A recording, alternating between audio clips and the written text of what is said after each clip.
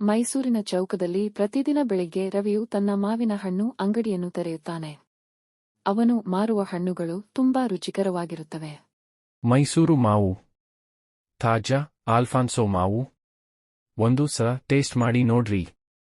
ಮೀರಾ ತನ್ನ ಅಜ್ಜಿ ಜೊತೆ ಅಂಗಡಿಗೆ ಬರುತ್ತಾಳೆ ಮತ್ತು ಹಣ್ಣುಗಳನ್ನು ತಿನ್ನುತ್ತಾಳೆ. ಅಜ್ಜಿ, ಈ ಹಣ್ಣುಗಳು ತುಂಬಾ ಸಿಹಿ.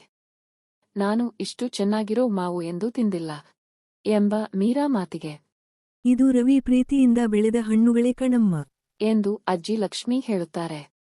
ಮೀರಾ ರವಿಯನ್ನು ನಿಮ್ಮ ಹಣ್ಣುಗಳು ಹೇಗೆ ಇಷ್ಟು ರುಚಿಕರವಾಗಿವೆ ಎಂದು ಕೇಳುತ್ತಾಳೆ. ನಾನು ನನ್ನ ಮರಗಳಿಗೆ ಪ್ರತಿದಿನ ಹಾಡು ಹಾಡ್ತೀನಿ. ಅವು ಅದನ್ನು ಕೇಳಿ ಸಂತೋಷದಿಂದ ಹಣ್ಣು ಕೊಡುತ್ತವೆ ಎಂದು ರವಿ ಹೇಳುತ್ತಾನೆ. ಶರ್ಮಾ ಎಂಬ ಆಗರ್ಭ ಶ್ರೀಮಂತ ಉದ್ಯಮಿ ರವಿಯ ಅಂಗಡಿಗೆ ಬಂದು ಹೀಗೆ ಹೇಳುತ್ತಾನೆ. ನೀನು ಈ ಹಣ್ಣುಗಳ ರುಚಿಯ ರಹಸ್ಯ ನನಗೆ ಕೊಟ್ಟುಬಿಡು. ನಾನಿನ್ನನ್ನು ಕೋಟ್ಯಧಿಪತಿ ಮಾಡುತ್ತೇನೆ. ಆಗ ರವಿ, ಇದು ರಹಸ್ಯವಲ್ಲ ಸಾರ್.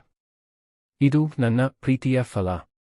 ಇದನ್ನು ಬಿಚ್ಚಿಡಲು ಸಾಧ್ಯವಿಲ್ಲ ಎನ್ನುತ್ತಾನೆ.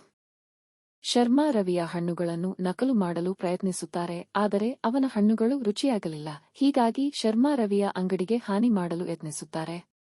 ಸ್ಥಳೀಯ ಜನರು ರವಿಗೆ ಬೆಂಬಲ ನೀಡುತ್ತಾರೆ. ಪ್ರಾಮಾಣಿಕತೆ ಮತ್ತು ಪ್ರೀತಿಯ ಬೆಲೆ ಹಣದಿಂದ ಅಳೆಯಲಾಗದು ಎಂದು ಅಜ್ಜಿ ಲಕ್ಷ್ಮಿ ಶರ್ಮನಿಗೆ ಬುದ್ಧಿ ಹೇಳುತ್ತಾರೆ. ಶರ್ಮಾ ಅವರು ತಮ್ಮ ತಪ್ಪು ಅರಿಯುತ್ತಾರೆ ಮತ್ತು ಕ್ಷಮೆ ಕೇಳುತ್ತಾರೆ.